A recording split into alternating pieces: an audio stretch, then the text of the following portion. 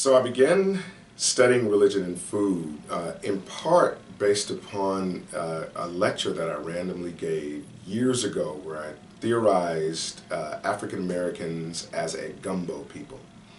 I gave this lecture. I only partially connected the African American religious experience to food culture. Really, I was trying to use gumbo, which is a dish that comes from the South, from Louisiana, which is where my family comes from, which brings together different foods in a complex way and in a diverse way. And I said, this is kind of how I'm theorizing the nature of African American religious experience. This was picked on actually by a colleague of yours, Nora Rubel, who was fascinated by this idea, and from those conversations I started to cultivate, pun intended, I guess, an idea around the connection between food and religion in African American life.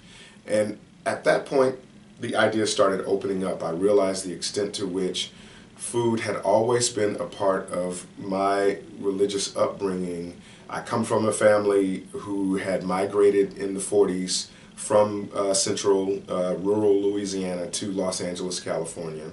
And what they carried with them, as Wallace Best argues in his book about black migrations to the north, they carried their religion with them. So they carried the South to the city, and in the city recreated the South so that they could worship, as it were, in the way that they did, that so that they could have religious traditions and culture the way that they did in the South.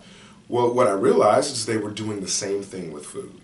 And so for me, it became this fascinating study of the interconnectedness of food culture and religious culture in African American life.